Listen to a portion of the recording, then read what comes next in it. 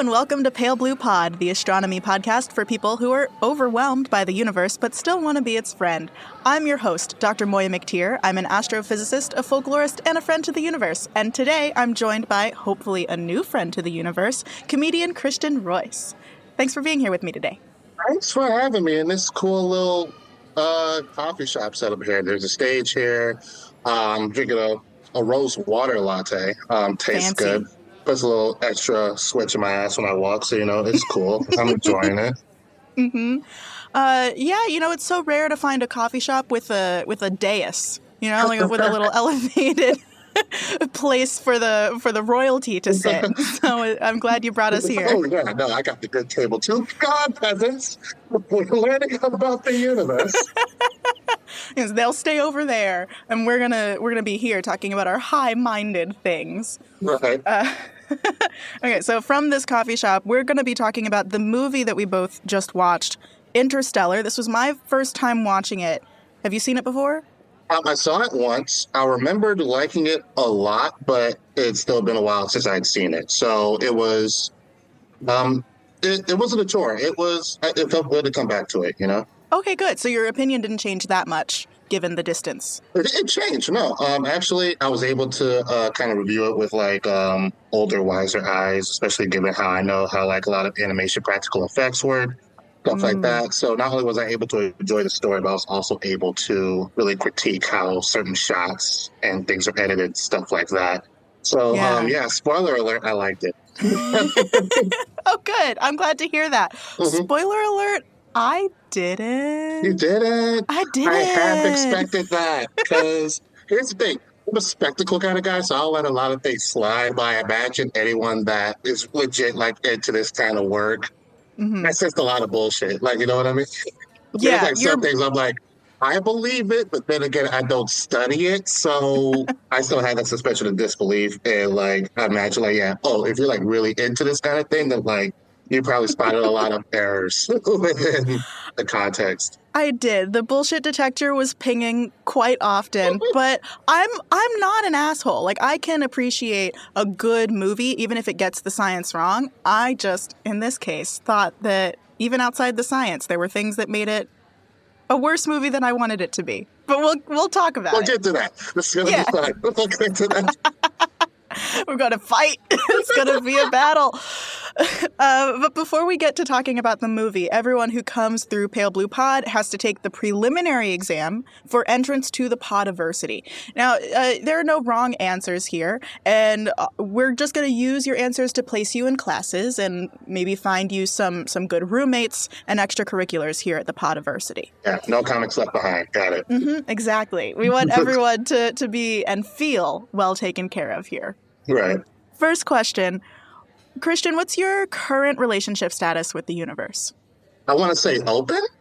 I don't know a lot, but I also don't pretend that I know a lot. You know what I mean? It respects that. Yeah. So, I don't subscribe to a lot of organized religion. I believe in a higher power. I don't think we've managed to grasp what it truly is yet. So the universe is an open mystery to me, and I'm opening to learning more about it every chance I get. Okay. You're a curious newcomer to the universe.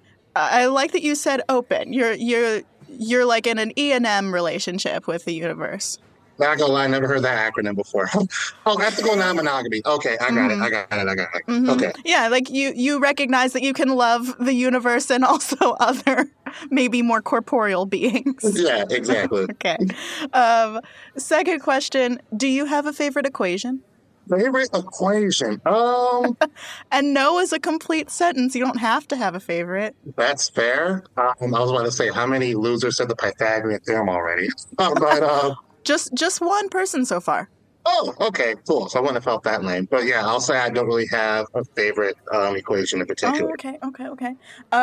Maybe going off of Interstellar, whatever gravity equation Professor Brand was working on for 40 years. Yeah, Alfred from Batman, he almost cracked it, but pretended like he didn't. Right, just maintaining this decades-long conspiracy.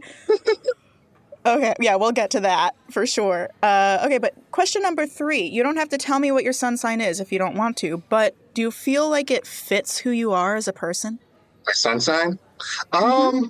Technically, because my signs are weird because I was born on 420. So, Oh, so lucky. Look at you.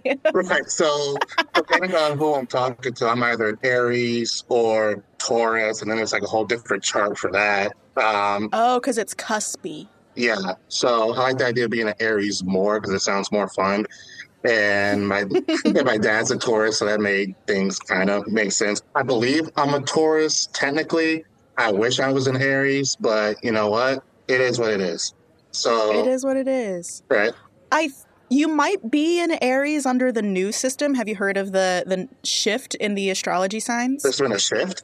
Yeah, there's been a shift because there's now a 13th sign, Ophiuchus, and I can't remember which direction it shifted, but most people are now a different sign than they would have been like 1,000 years ago.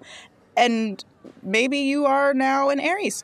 What's the new sign? Like you said, Ophiuchus, that's what you said? Ophiuchus. It's the constellation in the sky that is, the guy holding a big snake. So the Serpens constellation is on either side of it. Mm-hmm. But it came more recently into the path of the sun across the sky. And that's how we define the zodiac. It's all of the constellations that the sun seems to pass through over a year. Right. And now it's passing through like the corner of Ophiuchus. Oh, okay.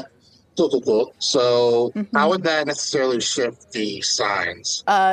Because the sign that you have, your zodiac sign, depends on what constellation is directly behind the sun when you're born. Yeah. And now that Earth has wobbled enough that it's facing in a slightly different direction, the sun's path is slightly different, and it passes in front of different constellations on different dates now. Okay, yeah. But all that's to say that if you would rather be an Aries, I think that there's an argument to be made for you now being an Aries, maybe. I'll keep that in mind. I'm going to be putting people in check at parties and shit. Like, nah, this gets a new sign, son. Yeah. One more time so I can retain it. Ophiuchus? There you go. Yeah, I got it. All right, boom. I am so proud of myself. The Snake Wrangler. It's a good one. Yeah, insert that's what she said joke here. One of my favorite things about it's not even about Ophiuchus, but the snake that Ophiuchus is holding, Serpens, is the only constellation in the sky that's not contiguous. Like it's not all touching itself. It's split into 2 parts. So there's Serpens one half, which is like the tail of the snake, and then there's Ophiuchus, and then there's the head of the snake on the other side. But technically it's all one constellation. It's just a little factoid that I like. I mean, it sounds like it adds a layer of elegance to it to a degree. Like, Yeah. I'm not 100% sure, but it's like, oh, okay, that's a cool little twist on it. Oddly fancy. You know what I mean? You're right. And we should only be talking about fancy things from this elevated platform of ours. Yes. Imagine us drinking our coffee with pinkies out, everyone. Right. Next question. What do you think is the best planet? Not favorite, but best. The best planet? All right, I'll say Earth, but I'll give an honorable mention to Pluto for that messed up episode of the Magic School Bus where Arnold took his helmet off. Arnold had enough, bro. Every episode, like he was struggling so hard. I just wanted him to get some support. He pushed him to his limit. He's like, fuck this shit, I'm out. He pays a therapist like $5,000 a month Like, now. dude, I was just trying to pass biology. I don't know what the hell this is. Pluto's a good one. I like it. It has the heart on it. It's got that weird, funky relationship with its moon. What's the relationship with his moon like?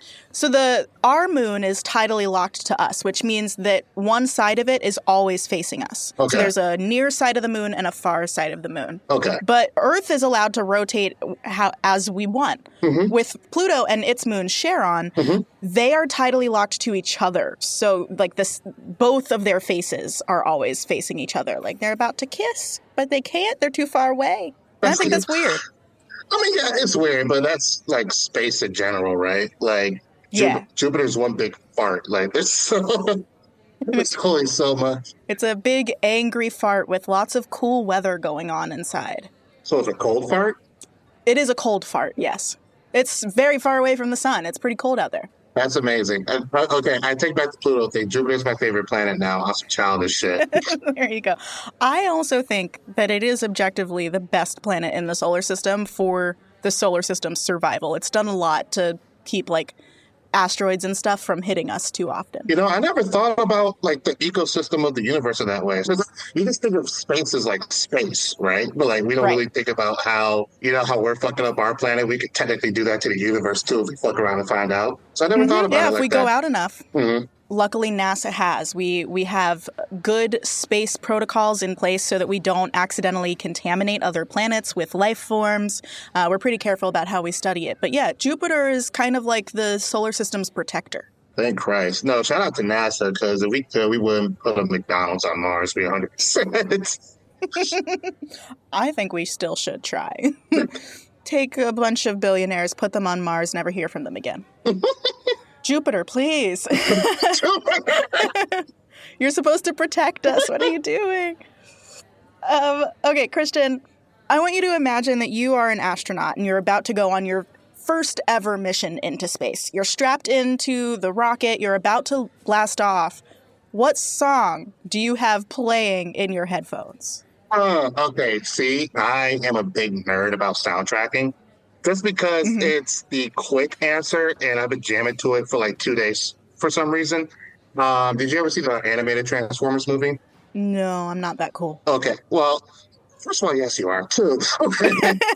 Okay, so this is a song that comes on at the beginning. I think it goes, "You got the touch, you got the power, yeah, yeah."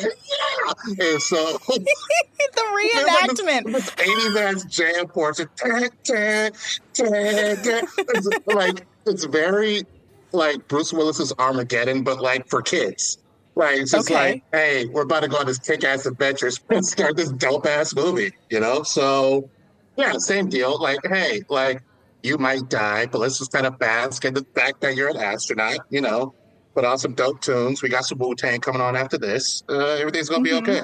Yeah, I like that you're approaching this as if you're curating a playlist for an entire experience, and this is just to kick it off. Oh, right. Oh, I have playlists for like everything. I like making playlists, like to the point where it's like I've actually made it as like gifts for people. I like put in little like sitcom clips to like mix in with like certain tracks and stuff like that. Like, oh yeah. I think that we will definitely have a spot for you in like the mood management class. Mood management? For space launches. Yeah. You know what? That sounds appropriate. Because you're already so good at setting the mood that you can like be a TA in the mood management classes. Oh, okay. All right. I'm the cool teacher. Awesome. Fuck yeah. Yeah. Yeah. All right. Next question. What's the farthest that you would go into space? I'm not gonna lie. If I'm going to space, I already assumed I'm not coming back. So, not the strongest animal we got. We go. Let's aim for the black hole, I guess, or wormhole. Which one would be safer, wormhole or black hole? According to the movie, one's only man. According to the movie Wormhole, let's do that. Okay, I respect that. You're like, let's go as far as we possibly can. Would you have taken this mission? We're gonna like get a little bit more to talking about the movie. Would you have taken this Coop's mission, assuming you had the skill set? Absolutely, yeah. Okay. Like, it's dusty down there. My respiratory system is already messed up. Like, yeah, let's go take some long naps and go surf big ass tidal waves, I guess. Like, there's nothing here. Everyone's either a farmer or an engineer. I'm a freaking comic. It sucks. Oh yeah, you would have to quit your job. I'm just itchy and ashy. Like, no, take me home. They don't have lotion anymore. Fuck, they don't have, do they have, yo, what happened to the black people? Gone. I did not see a single one in this movie. I saw the one, and he was a principal. Oh, you're right. Riley. No, but there was the other guy on the space station. Yeah, the other guy that low-key might have lived longer than he should have as far as, like, movie content. Like, I think you're going to know what guy I'm talking about because he died first. Like, there was one guy I saw. I was like, I don't remember him being a part of the crew. Oh, yeah, he must have died within the so first fast. 15. Okay, that's good. You're taking like the Voyager route. You're going as far as you possibly can. I mean, where am I going to go? Mercury? Like, dude, you're out there. Go. I have a feeling that people are going to answer this question with like the extremes. They'll either not want to go far at all or they're gone. Final question, and I think this is pretty relevant given the episode's topic. Mhm. What is one thing on Earth or in space that you think is scarier than a black hole? This is going to sound stupid. I don't fuck with geese at all, so I'm going to go with that. Yeah. They just run at you. They poop everywhere. Well, in no they regard. sound scary. At least the pigeons are kind of polite about it. Like, we'll stay away from where y'all gather the most. Like, trains and shit, we can't help you there. That's kind of where we live. But, like, sure, whatever. Geese do not give a fuck. And they never have. And I hate them. It's so valid. Yeah, they are. I will go so far out of my way to avoid walking through or by geese. Same. Like, it's just like, why? Unless I have emergencies when geese come up, family outings, dates. Let's kind of put on your brave face and pretend you're in a better spot. That's such a real answer. Thank you. All right. I feel like I know you better. I think the listeners know you better. Let's talk about Interstellar, which you liked and I am lukewarm on. Cool. For anyone who hasn't seen it, I think we should tell them what happens in the movie. Oh, okay, cool. So at the start of the movie, humanity ruined the planet. Like, it's going to happen soon, pretty much. Mm-hmm. I saw that it's set in 2067 at the opening, which is not that far away. Not that far away, no. Yeah, we fucked up the planet. There's no more black people. There are big dust storms all over the place. And so Matthew McConaughey plays a scientist, which can we get, like, scientists that look more sciencey? And what do you mean more sciencey? What do you mean by that, Christian? Matthew McConaughey is not smart. I don't believe that. Matthew McConaughey and who was the dude? Mark Wahlberg. Mark Wahlberg isn't smart. Like, are you saying that they're too attractive to look smart enough to be scientists? Too meathead attractive. Like, I can see Benedict Cumberbatch playing a scientist. Sure. Joaquin Phoenix, yeah, whatever. But you're not gonna, like, don't put Brad Pitt in a fucking lab coat and tell me he graduated college. Fuck you.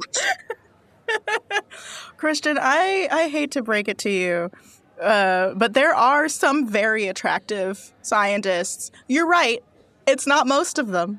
So the movie is overrepresenting them, but unfortunately, some of them are pretty damn fine. They are. And most of them are women. So it's like, I'll go as far as say 99% of them are women. I love, like, that's my shit. But, like, I know so many engineers that skip baths. You can't tell me. They were taking dust baths on this planet. Yeah. So Matthew McConaughey is the super badass scientist that he's the only one that can save the Earth, apparently. So Alfred from Batman sends him off into the rocket with Anne Hathaway and two unfortunate co-stars. Yeah. They fly out into this wormhole. That's just been left there. That's just been left by there. Someone. By some. Okay, but is that one of the things that pissed you off? You know it is. Okay, so they go through the wormhole.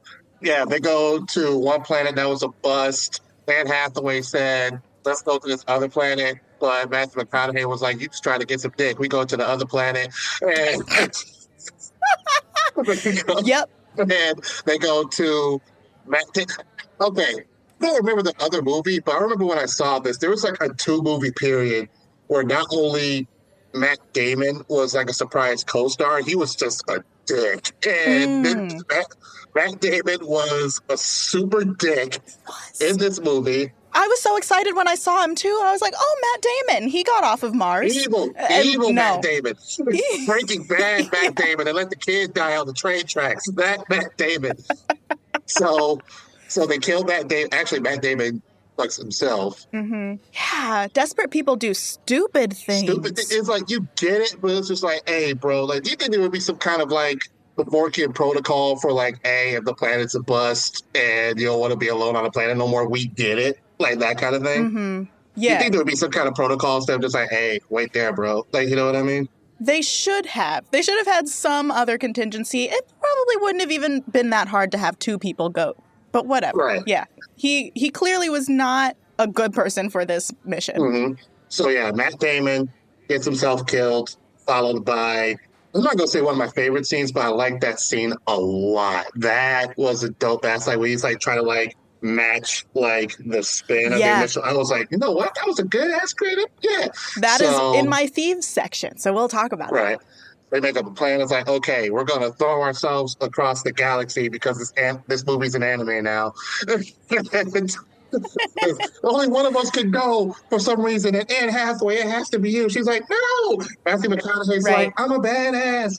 And then they go to the black hole. Something Hmm. happens, which includes some context that I did not go over earlier. So I think I'll save that for you. The equation for Okay. gravity, space station. Yeah. My daughter's an old lady now. The end. The end. That what a summary. Yeah. Mhm. Most of it takes place. Most of the movie takes place in this other stellar system in a completely different galaxy that they reach through a wormhole. Again, who put it there? Just a magical they. And Matthew McConaughey, who has a name in this movie, but I couldn't Ooh, I learn think it. it was two. Cooper is his last name. What's his first name? Okay, well, his daughter's name is Murph. Like, we don't know anyone's full name. Murph and Tom. Those are like the three names. I even remember Anne Hathaway's name. It was like, oh, okay, Anne Hathaway, she's doing I think something. Amy? But it was close enough to Anne that I just Right. kept calling her Anne in my mind. But yeah, so Anne and Coop and a couple other people, they are sent through this wormhole with the idea of exploring the 3 planets that are on the other side, Hmm. hopefully so that all of the humans on Earth can go there to live, or if that plan fails, they have plan B, which is like they have all of these petri dishes full of fertilized eggs and they're going to incubate them on the new world. Right. But apparently that's been the plan all along, and the professor guy lied to Amy and to Coop, Hmm. and they didn't actually have the chance to come back. So there are like a lot of unnecessary things that happen once they get to the other side of the wormhole, but most of them have to do with the fact that there is a giant black hole Hmm. on the other side of the wormhole called Gargantua. And that leads to issues on the first planet that they visit because Gargantua is essentially like tearing that planet apart. It's has this giant tidal wave where it's like stealing the ocean away from the planet. It creates a lot of time dilation stuff. Go back and listen to the episode about black holes and about gravitational waves, because then you'll learn a little bit about time dilation. I had a question about But that. yeah, that was a huge part of this movie. Mhm. So one of my peeves is that they didn't, like, it was a huge part of the movie, but the scientists under-considered the effects of gravitational time dilation too often. But yeah, what questions came up for you? Real quick though, I feel like we do have to establish like the follow along how like he was like the ghost and like his daughter. Like we have to bring up the ghost of the daughter's son. Okay, it has So to bring like up they have that yeah. context. Okay, so early on in the movie, when Matthew McConaughey is still a pilot farmer Mhm. living with his 2 kids, his daughter's room has this weird gravitational anomaly that he discovers where dust is settling into very specific paths on the ground. Sometimes the books that line his daughter's room are pushed out from the shelf in like a particular pattern. Mhm. And he and his daughter start trying to translate this message. They get there really fast in my mind. Like he jumps immediately to, oh, this is Morse code. It's a message that someone has left for us. Yeah, that's fair. I will give you that. Okay. I was like, yeah, they didn't figure that. Even from the dust on the ground? Really? From dust on the ground to coordinates to this super secret government thing that no one has ever found. I was like, oh, okay, sure, you got to push the movie along somehow. But his daughter thinks that it's a ghost who is leaving these messages. And he's like, no, it's not a ghost, it's gravity. But it turns out that it is kind of a ghost. And it's also gravity, because the movie ends, it comes full circle when you realize that Coop, Mhm. when he was around the black hole, he got shuffled into some weird constructed sub-dimensional space, Right. where he could manipulate the gravity of specifically his daughter's bedroom at like any point in time, because all of the times existed at once, but he was localized in space to his daughter's bedroom. So he started using gravity to leave messages for his daughter, and he was the ghost. He told her how to solve the gravity equation. He, at the beginning, tried to leave a message for himself, telling him not to go on the mission. Yeah, that was a weird thing. Look, the movie did a good job at pulling on the heartstrings, because in that moment, did I cry a little? Yeah, I did. Of course. It was a touching moment. Yeah. But I also was like, this is so ridiculous scientifically, and it's such like a shoehorn storytelling device. Like I knew it was ridiculous, and I still felt it. Specifically, the bookcase part was the shoehorned device? I think him being the gravity ghost is kind of a cheat code. And like most of the movie depends on it, so fine, but it to me seems like kind of lazy. Like I have it in my peeves that so much of the movie hinges on like a deus ex machina trope of these very powerful beings or someone in the future or someone outside of our perspective can do these powerful things that help us get to the answer. Fair enough. This is going to be a fun fight, but we going to fight. Okay. So any other context do you think we should provide before we get into the peeves and thieves? Yes. I think what I literally just wrote here was how does gravitational pull affect time? But I also heard that you have a whole other episode about that. So but I can tell you now. We can renew. So essentially, our understanding of gravity and relativity, as per Einstein's work, says that if something has any mass, it also has a gravitational field. Right. And if something has enough mass, then it creates a gravitational well, where that field like creates a pit. And if you're deep enough in that pit, it's really hard to climb out of for any type of matter, but also for light waves. They travel through space, and if gravity can warp space, then it also warps the medium that light is traveling through. The way that things get warped is that when you are very close to a deep gravitational well, time starts to move more slowly. And the way that I think of this is that you're so deep in the gravitational well that it takes more time to escape from the gravitational well. So almost like the harder the gravity, the longer time goes, essentially? Yes. Okay. Yeah. Gotcha. So when they get closer to the black hole, time moves more slowly for them than if you're further away from the black hole. And here on Earth, we feel those effects too. If you're on the top of a mountain here on Earth, then time is technically moving a little bit faster for you than if you're at the bottom. Oh, all right. Fair enough. That makes sense. I think the movie did a good job at showing that conceptual understanding. I will say that all of my gripes with the movie are about weirdly specific astronomy procedural things. Right. Most of the science is okay, because they did have a really good science advisor. Okay. All right, cool. I actually thought like your biggest peeve was going to be the science. So, okay, cool. Well, so now... science. But yeah, let's start with the peeves. We can alternate. Yeah, you start and then we'll go down our list. Start with the peeves? Okay, so... Here's the thing. I'm not even like really nitpicky when it comes to movies. So like there wasn't a lot of peeves for me, but I will say the last part where he's behind the bookcase, I pretended to understand it when I first saw it. And then like on the second viewing, I'm like, okay, I think I know what they're doing, but I'm not quite sure. Like, is it like a construct that someone created? Is it a point in the black hole? Are they insinuating that like, okay, like there's a part of black holes that have like a telepathic like thing to it, you know what I mean? So I don't think they really did a great job of telling us how that works. And other than that, I already addressed the no black people part, but that's most movies. So like that was those were your peeves. That was the biggest. Those were your two. That was my biggest peeve. Just like, okay, this pocket dimension. So like, yeah, I get that. Like, okay, there are like futuristic humans that I guess are pretty much gods that are helping us like along the way, which I did kind of like how they subtly enforce that with the handshake. You know what I'm talking about? With yeah. So I'm like, oh, okay. So there's a little bit, kind of bridged the gap a little bit with that scene, and I did like that a lot.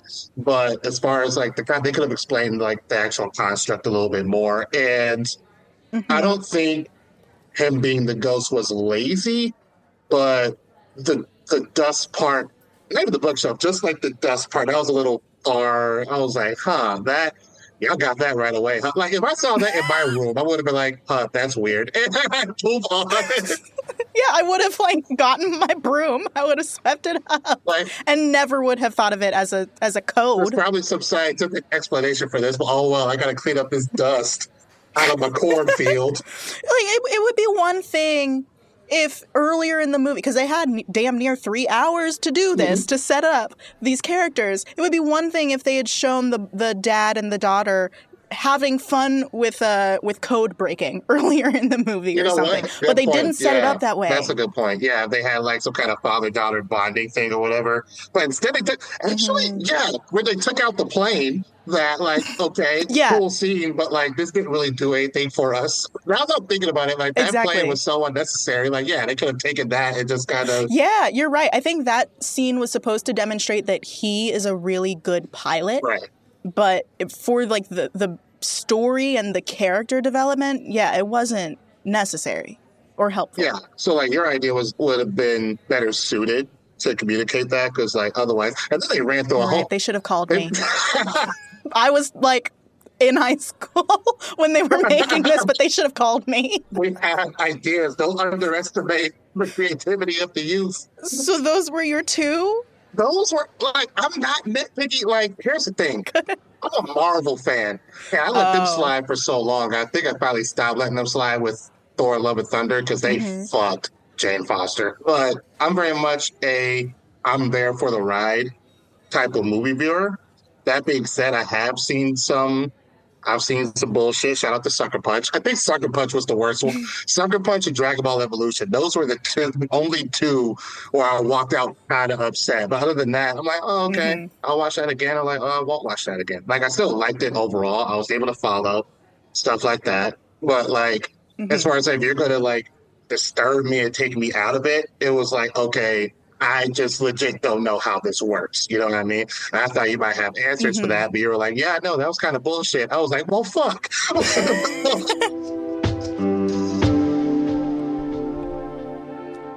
Hey there, friends. Christian went to ask the baristas to play his own personal space music soundtrack instead of whatever bland radio station they were playing. He's going to be gone for a little bit. So I figured I would use this time to share some messages with you and also thank all of the patrons who support Pale Blue Pod financially every single month. I really couldn't make this show without your help, so thank you all. But I want to give a big thank you and a welcome to the latest pre-main sequence star in our sky, Mary Paradise. Welcome. I hope you're enjoying your new deuterium fusion in your core.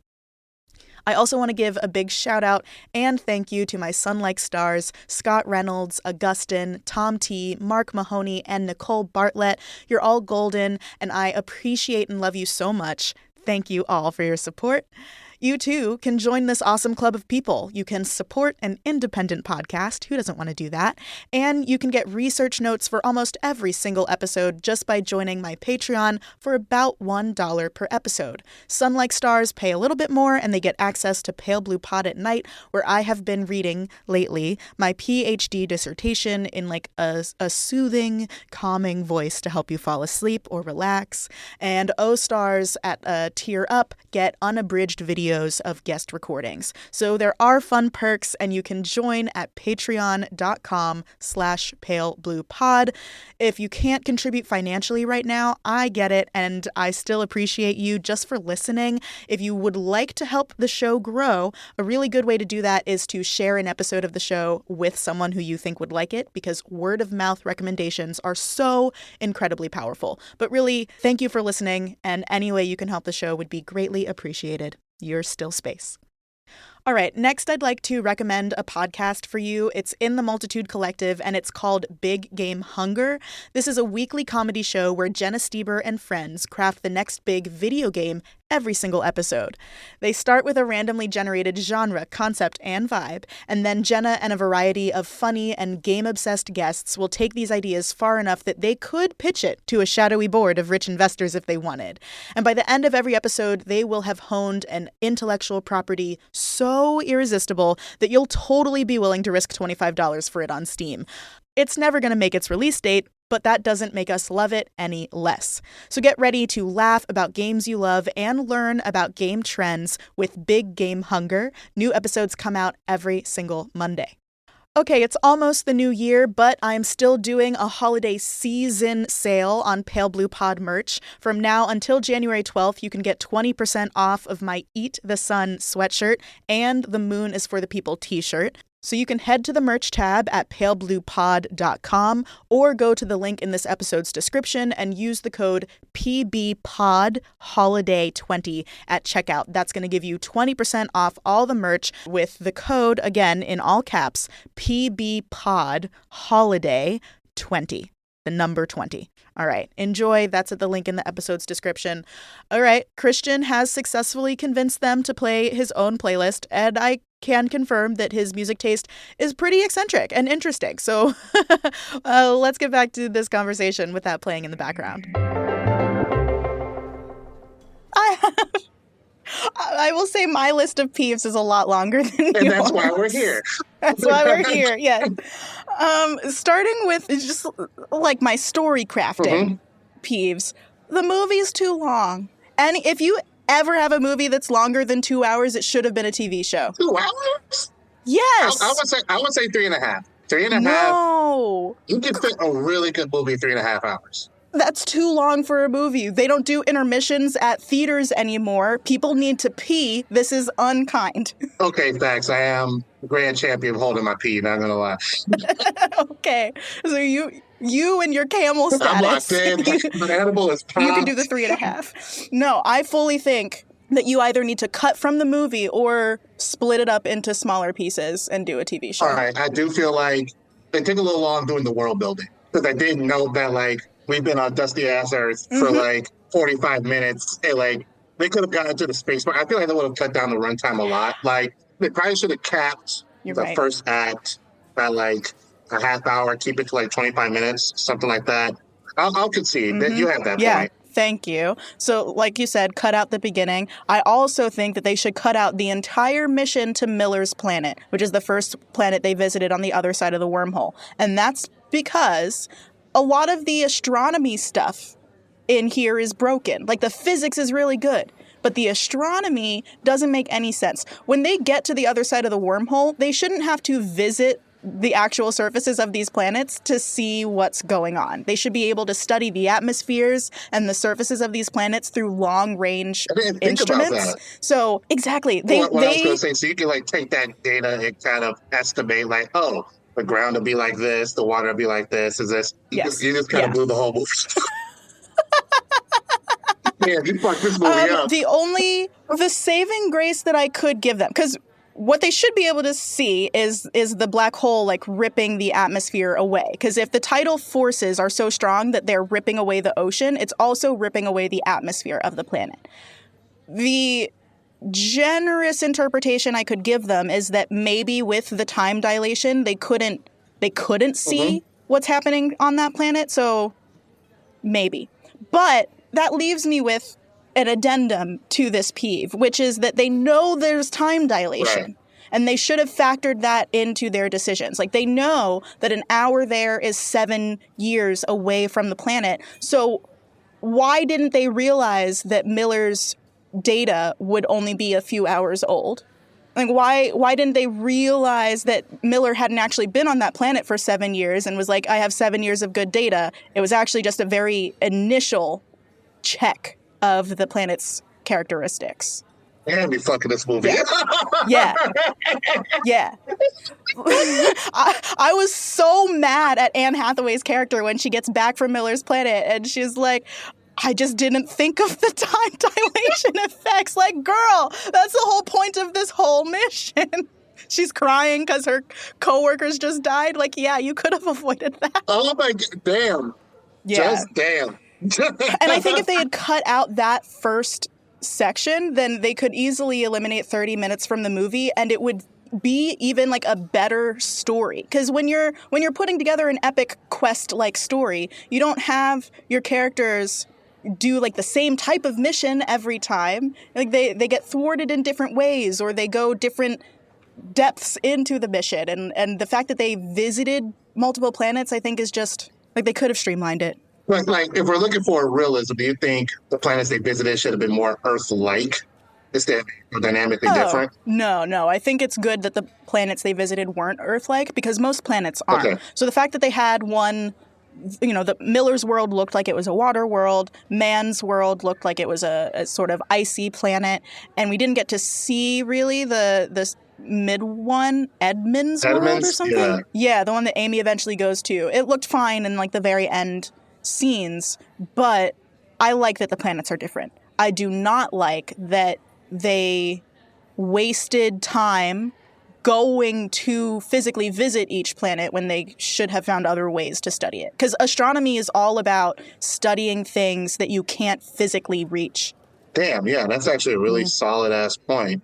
Thank you.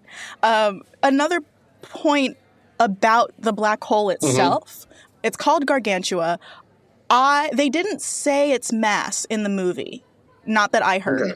I looked it up, and according to Kip Thorne, who is the science consultant on the movie, it has a mass of about 100 million suns. It's a supermassive black hole at that point. However, when we first see Gargantua, I don't remember who it is. Maybe it's Riley, maybe it's Amy, but they say you can see the collapsed star in the sky that made the singularity. And they just should have cut that line because they just told me that this is a core collapse black hole. Core collapse black holes happen when you have a really massive star, much more massive than our sun, that burns through all of its fuel, goes supernova, and then collapses back in on itself to form a black hole. But those are only, 5 to maybe 10 times the mass of the sun. Right. So it's a small thing, but they just got the wrong type of black hole. Only in the dialogue, though. Like, everything that they showed in the movie represented 100 million solar mass black hole. Okay. Yeah. Cool. Like, because that one line of dialogue that, like, if to be honest, wasn't that necessary, it kind of took you out of it. Yeah. Yeah, I can see that. Yeah. It's a nitpicky point. I know, but like, I wanted to point it out there. We're here to nitpick. Like, what we thought was nitpicking, it was like, actually, if you know these things, like, the movie doesn't work. Like, oh, well, fuck. Yeah. Right. Peeve 7 is I don't like that Cooper survived at the end of it. They do a lot of setup to show that it's a gentle black hole, they call it, because it spins. Okay. So if you just graze the event horizon, you shouldn't be caught in the gravitational attraction of the black hole. So they explain that, and that's supposed to let us suspend our disbelief at the end when Coop and TARS are still alive.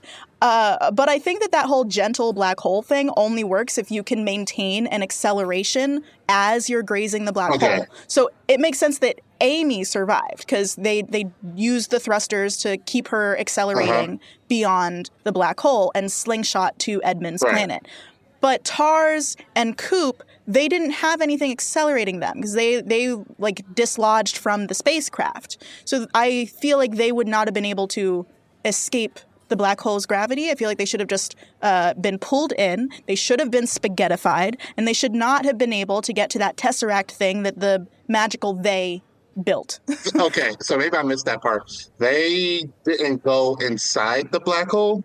No, I don't think so. Okay, because I thought when, after they slingshotted Anne Hathaway, because of that, now we're going into this black hole, which will then lead me to the construct. Bing, bing, bing, bang, boom. Right. You know what I mean? I don't think the little like tesseract construct thing is supposed to be inside the black hole. Okay. I think that they reach it outside. But yeah, I feel like given the setup they showed, they should have fallen into the black hole and been spaghettified. Have you heard of spaghettification? I've seen Loki season 2, so kinda. Okay. Cool. So yeah, when they get that close, I mean, they don't tell us exactly how close they get to Gargantua, but I imagine they are close to the event horizon. They should be experiencing extreme tidal forces, and they don't have any fuel to propel themselves away from it. So my official stance is that they should be dead and fucking, well, not in the ground. In the ether. Let's call it the ether. In the ether, dead in the ether, which sounds worse. It does. But, that, aside from the whole, like, Deus Ex Machina thing, those are my big peeps. Well, let's go back to the Deus Ex Machina. Why do you have beef with the whole future of humans thing? Because I think it's so easy as a cop-out. Like, anything that you can't explain the current characters doing, you can explain it away with the actions of future humans. Okay. And, like, yeah, it works. I just don't Do you like think it. it takes away from the stakes a little? I Okay. do. And I think it's just less fun. Even if it had been, like, an alien species, like in Stargate, the ancients left the Stargates all over the galaxies. If it had been like an accidental thing of nature, they could have gone the route of the universe is so big, so there's a chance that anything could happen. And why not have this wormhole just spontaneously appear? Right. I don't know. It's the Superman problem. Superman can do anything, so like that's why they had to nerf him like post Crisis. Let me get the dork talk out of the way. So like when you have an element in the story that like, oh, they can fix this like this, or like because they are the god archetype characters, then like, why am I watching the movie? So yeah, I can see where you're coming from with that. So like it probably would have been better through the spirit of human determination they got through instead of just like, oh, Matthew McConaughey was Jesus for 5 seconds and they found him drifting in space. Like, yeah, I feel that. Mm-hmm. I mean, even if he had actually gone into the black hole, and because scientists don't know what happens beyond the event horizon, they could have said, like, yeah, when you're in the black hole, you have control over time and space because you were outside the dimensions of time and space. Sure, give me that. But don't give me some hyper-constructed, convoluted storyline that depends on everything going right for the next 100,000 years for humanity. Even that creates a paradox. So it's like, okay, everything goes right within the first 100,000 years. We have to make it to 100,000 years, but that's okay because there's a point in 100,000 years, and so on and so on and so on. Yeah, okay. Damn, I hate this movie now. Look what you did. I'm so sorry. No, let's talk about the thieves. Let's talk about the nice things. I do have a lot of nice things. I do have this problem. My college roommates' parents still call Gravity the movie that Moiya ruined, but they asked me to. So I only do this when people are like, hey, Moiya, I want to know what you think about the scientific validity of this movie. And you're like, bruh, you sure? Yes. You have to really know what you're asking for. Right, this could be fun or I could make you sad. Like, which one do you want? What do you want to do? Do you want to start with your thieves or my thieves? Yeah, I want to hear yours. Interesting color choices. It was kind of a reined in J.J. Abrams kind of deal. Like there was a decent amount of like, you want to say decent. It was just the right amount of screen flares. Where it's like, have you seen a J.J. Abrams Star Trek movie? That man, like, you know how when you're driving and you check someone has like their heavy lights on from like your peripheral. That's what it's like watching a J.J. Abrams Star Trek movie. And I hate that shit. And Christopher Nolan was like, okay, you know what? Bring it in. And like, yeah, now we have like a good balance of color. So I really like that a lot. Nice. I didn't notice that. Yeah, I don't know, like I said, I kind of really tuned into this shit. Also, I was high as all bananas watching this thing. So I don't know if there's a better way to watch it, to be honest. I was like, man, I'm stoned. I got a blanket. I'm drinking tea because I'm over 30. Oh, so cozy. I love that.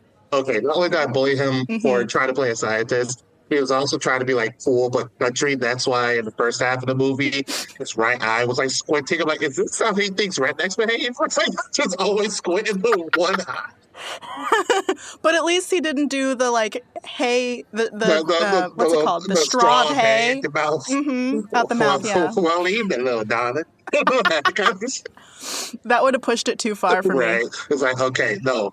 Country but badass. And like, yeah, like that was a good element of his character. Like he's a badass in a farmer or engineer world. I also liked it was also good world building. Like they didn't put a lot of work into it, but I liked how like there's one scene where he's going to parent teacher conferences from Earth and they suggest that the moon landing didn't happen. I'm like, you know what, the government would do some shit like that. Like a lot of us died.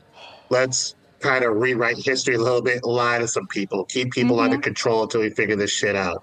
So I couldn't in good conscience put that as one of my thieves because it made me too sad, but it was like a point of authenticity that I appreciate. Oh yeah, it was ultimately sad, but like, yeah, like I like just little notes like that allow you to kind of like recreate the world in your head. Like, oh yeah, of course they would do that. Like, yeah, and Trump's president now, who will be president in 2066. Actually, did they dissolve presidents? They dissolved the military. I don't know about presidents. The military. Yeah, I liked that. They gave a real 1-2 punch here with them believing that the moon landing was faked, but then they also said that there were no armies anymore, and I was like, oh, well, plus and minuses. How many people died where it's like, hey, you know what? I ain't got no beef with you, big dog. Let's just try to get through this together. That's such a good question. What percentage would have to die before the world would dissolve all of its militaries? It's got to be like at least 70%. I don't know. They were like watching a Yankees game in somebody's backyard. So I was like, how? Yeah, I like the world building. I have a note here literally to ask you, are wormholes actual science or cartoon bullshit? We'll get to that. And other thieves, I liked the ending for what it was. And, in that one scene where he tried to, like, match the rotation of the spaceship after Matt Damon fucked everybody, I was like, you know what, this is good ass shit. That, and along with the practical effects, I feel like there were a lot of, like, subtle practical effects. It could have been more CGI than there was in this movie. I really appreciate that. And all of these are jokes disguised as questions in the notes. So now it's your turn. Okay. Just in general, the way that all of the dense objects looked, they get an A+ from the science perspective. This movie hired Kip Thorne, who is a real physicist who studies black holes and other dense objects. So they had the physics of black holes real good. The way that the wormhole was spherical instead of being just a 2-dimensional hole. And then they had the scene with the paper where they described it. I have in my notes, they did the paper thing. It's a real thing. I had a feeling that was a real thing. I was like, did they steal that? I get it. I get wormholes now after the paper thing. That is how we're all like taught to explain wormholes. So it was good to see that. It was good to see the spherical wormhole. And then when they got to the other side and they saw Gargantua, this movie came out in 2014, which is 5 years before the Event Horizon Telescope took the first picture of a black hole, or the event horizon around a black hole. So they didn't have that information, but it looked real similar because it was all based on Kip Thorne's theories. Oh, okay, cool. Yeah. I met him in an elevator once. We shared a very cordial elevator ride, and he asked all the normal small talk questions. So at least he's good at that level of socializing. So like what, weather and shit? Like yes, exactly. Okay. We talked about the weather, and then one person got on the elevator with us who had a bike and then got off before we did because the astronomy department's on the top floor. So after they got off, we were like, nice bike. And that was it. That was the extent of our interaction. That was a nice-ass bike. What is that, mongoose? I fuck with that bike. You're better than me, though. Even if, I don't know, he was also a colleague, so you do have that. But like me, the headphones don't come off until I have to. So like, I am a good, back to whatever Tyler, the Creator, Kendrick Lamar, Digimon theme song from 1999 I got playing in my headphones. It's so eclectic. I bet your playlist slap. Yeah, the fact that they were going off theory and they got that right was very impressive. Yeah, the visuals, like I said, I'm really big on visuals and spectacle. If it looks good, 90% chance I'll let it slide. We're in a good era for space movies in general. So between that, Elysium looked great, District 9. So yeah. Because the data is good and the computer effects are good these days. Yeah. So Hollywood, I think, did a pretty good job explaining with this. They got at least the concepts of the time dilation down. They got the looks of the black hole and the wormhole down. That docking sequence after Matt Damon fucks everyone's shit up, that was my favorite part of the movie. That made it worth watching for 5,000 years. Because it was such a good visual representation of reference frames, which is what the entire movie is about. I mean, when you think about it, this entire movie is about the very real human experience of time passing at different rates, of feeling like you've maybe like the right time has passed you by, feeling like you're either too close or too far from someone. Like, spatial and time context is the whole point of this movie. And to have a scene that shows like a different angle of reference frames, or like a different aspect of reference frames, I think from a SciComm perspective is really really cool. And I was waiting for it. They spent a long time on this shot, which is why I think it was thematically intentional. Right. Like, they knew that their movie was about reference frames. And so they spent a long time on this shot, and I could see it coming where they're spinning, and the thing that they're trying to dock to is spinning, and everything seems really confusing. But as soon as Coop says, like, all right, initiate the spin rate or something, it stops being chaotic, and you get into the same reference frame. And I was so comforted by that. I like when physics and science and writing themes work together. Oh no, like that was great. You put that so well. Like I was just like, big things go spin. But yeah, that was my favorite scene. And again, I didn't understand like the pocket dimension thing, but it looked cool. Okay, yeah. So wormholes, bullshit or not bullshit? Theoretically not bullshit, but also very energy expensive. The way that they show it in the movie, kind of bullshit.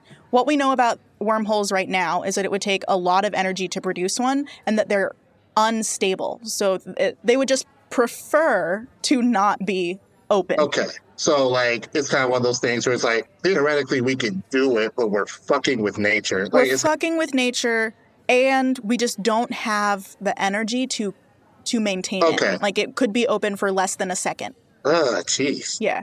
I'm planning on doing a whole episode on faster than light travel, so I will know more about wormholes in like a month. Okay, so it's not your favorite movie. On a scale of 1 to 10, how would you rate this movie? Oh, well, we're about to do that next, actually. Yeah, I have a rubric. You have a rubric. Okay. So I have 5 different categories on this rubric. The first is story. Right. What do we think of the plot? Second is scenery. How did it look? And then steaminess, which is weird because it's more about how appropriate was the level of steaminess in this movie. Like sexiness. Oh, okay. Yeah. All right. Gotcha. Yeah. I figured, but I was just like, let me check. I was trying to keep it PG, but also keep it alliterative. So then we have scientific accuracy and soothing factor. How does this make us feel about the universe? So for each of these categories, you could give it between 0 and 3 gargantuas. Let's rate it out of that. Gargantua sounds epic. And you can do fractions too. So you can 3 3/4 gargantuas. 3.257 gargantua. So how many gargantuas would you like to give the story of Interstellar? The story, you know what? I might have given it a 2.7, but damn, like I said, like you just took a thread. It's like, I'll give it a solid 2. I still enjoyed it from an entertainer's perspective. Like, hey, it's not our job to read. Facts. I think 2 is a good middle road. Yeah. Okay. What about the scenery? Scenery, I'll give that a 3. They really did their thing. Well, once they got out of Earth, you could tell where they put most of the budget. And like a lot of effects look very practical to the point. There's even a couple scenes where it's like I can tell they're doing some mirror shit here. Like it was very 2001: A Space Odyssey-ish, where it's like it looked like they were doing some effects that they were doing 30, 40, 50 years ago, but they're just doing it a little bit better. And I've learned to appreciate cheese to a degree. Like cheese works on most dishes. You just gotta know like how to apply it. So like even I used to shit on the Sam Raimi Spider-Man movies for being cheesy, but like upon watching them again, I'm like, oh, it's cheesy, but it's fun. Like a little bit of cheese is fun. So like as far as the practical effects, so I appreciated like the well-dressed cheese. I'll call it that. It was very well-dressed cheese, and I fucked with it. So I'll give the overall look. I'll give that a 3 with an extra 0.10. 3. a 3.10 gargantuans. Okay, yeah. Ooh, I've never given bonuses before, but let's do it because it did look so good. Like the gargantua shot alone, I think should earn it 3 gargantuas. Most definitely. Okay, so we're doing 3.1. You get. What about the steaminess factor? Was it an appropriate level of romance in this movie? Nobody got laid in this movie, right? So I'll say. And I don't think they should have. You don't think they should have tried to get it on? Like, hey, the black guy sleep. Let's do this before we get. Look, If I were in their shoes, yes, I'd have been slutting it up. But those characters, no, I don't think that was good for them. Like, hey, throw on that cat suit in the closet. I think you said something that put the love scene in perspective for me. At first, I thought, okay, like love isn't quantifiable, sounds cheese, but it's like I think you said something about reference points. I can't explain it. It was something clicked. So I'll say even when they did kind of analyze personal relationships for the characters, it served a greater purpose. So steaminess, no one got laid, but there was a point. We'll give it a 3. 2.5. 2.5. Yeah. I think 2.5 is good. She was trying to go to that planet for some dick, though. She was. I would have been way too embarrassed to admit that. Like, there's no way in hell I ever would have told Coop I was in love with that man. Oh, you do, because he asked ours beforehand, right? Yeah, I don't remember how exactly he found out, but I would have denied it till the day I died. No, I've never met him. What are you talking about? He's gross. He smells bad.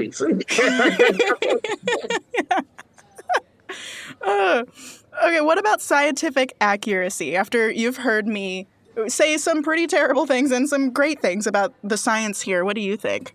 So you did say they got some things right, but they kind of glazed over some things for the sake of the plot, which I'm used to that. I watch One Piece, so so you're not afraid of commitment. No. That's what you're saying. I'll give it a 2. They want to make an exploration movie. They want to play with different settings, and we willingly put Trump in for a second term. They know we're not that smart, so we'll give it a 2. I'll stop breaking it up too. I love it. For me, it's the like Coop when he's in the Tesseract tapping on some gravity strings to make the dust lines in the room. That's what, and to like change the second hand on his clock. That's what got me. That's what's docking the point for me. I do agree with you. They probably could have done it a little more creatively, but for what they were trying to do and illustrate like how gravity went about it in this way, et cetera, I fuck with how they did it. That's fair. Given the corner that they had backed themselves into, they climbed it really well. Given that they were 200 pages into this bitch, they were like, damn. Yeah. I would love to see how it changed from version 1 to version whatever, because I'm sure it was so many iterations. We're going to pluck it like a guitar. Like a harp.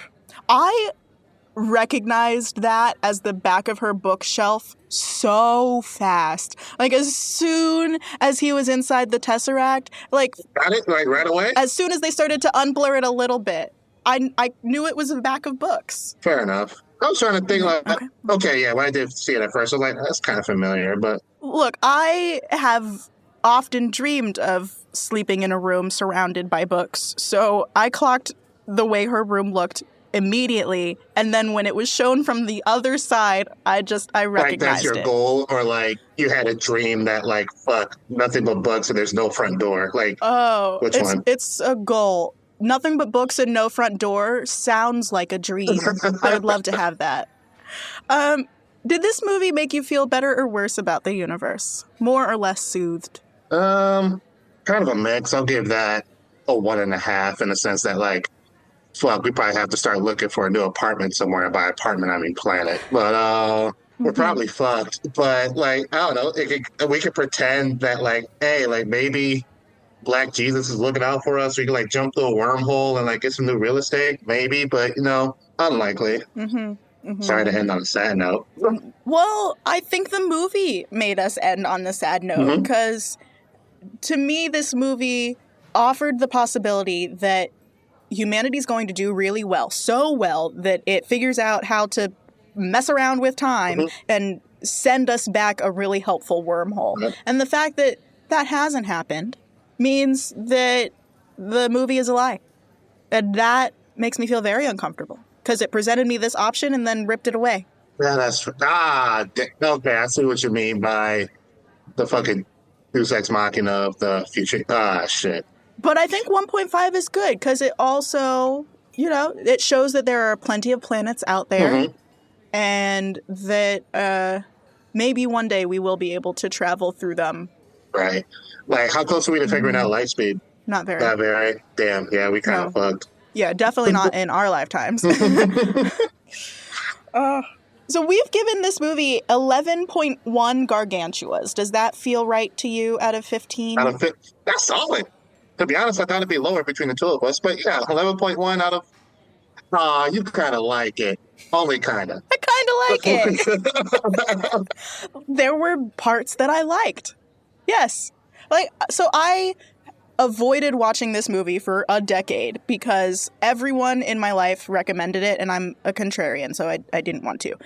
But then more people started watching it, and they gave me even more precise information. They were like, the physics is pretty good, but the astronomy is terrible. All of my astronomy colleagues were like, that's not how we would actually do it if we got over there. Right. So I knew, I had that in my head going in, and the movie was what I expected. So we've given this 11.1 out of 15 gargantuas. We liked the movie more than average between the two of us. That's a good sign. Christian, before you go, I'd love for you to brag about yourself for a little. Tell us about what you're working on and where the listeners can find you online.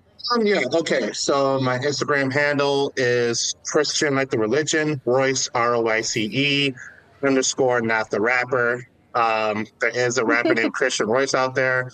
He's the literal opposite of me, and he sucks. And I'll put that on wax. So Christian Royce _ not the rapper. I recently recorded a special. It's called The Blackest Stanza. Once I figure out how I'm doing the album, and I got some visual promo for it that should come out early 2025. I was also featured on a song called Wi-Fi Willie, where I do my best Cat Williams impression. That's on the album Freak Tape Volume 1. The track's called Wi-Fi Willie. And if you're ever in Chicago, I'm usually on stage somewhere. Holla at your boy. Yay! So the links to your socials will be down in the show notes for this episode. So listeners, go follow and check out Christian's work. Cool. Awesome. I swear, I'm funny most of the time. This has been the best podcast besides my own short-lived one that I've ever been on. So this was fun. Yay! I'm glad you were here. I want to stay on this elevated platform. I like being higher up than everyone else, but I do need to go get another drink. I'm done with mine. I'm going to get a chai latte with some oat milk because, I'm bi and my stomach knows it. Would you like me to get you anything? Actually, yeah. Dirty chais with oat milk is kind of my go-to order. And I've already had 3 of these rose water lattes, and I feel like I'm going to piss lavender. So a chai latte would be nice. Awesome. All right. Well, no matter what type of milk you get in your lattes, listeners, remember, you're still space.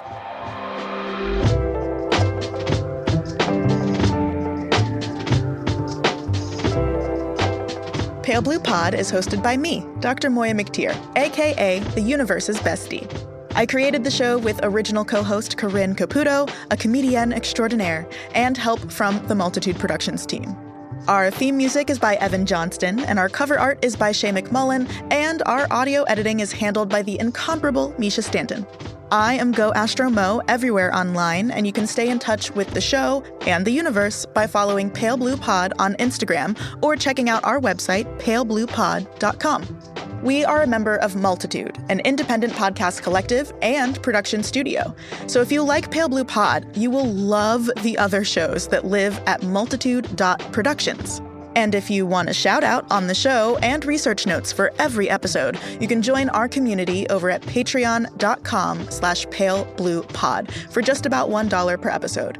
Thank you so much for listening to Pale Blue Pod. I'll be back next week. Bye.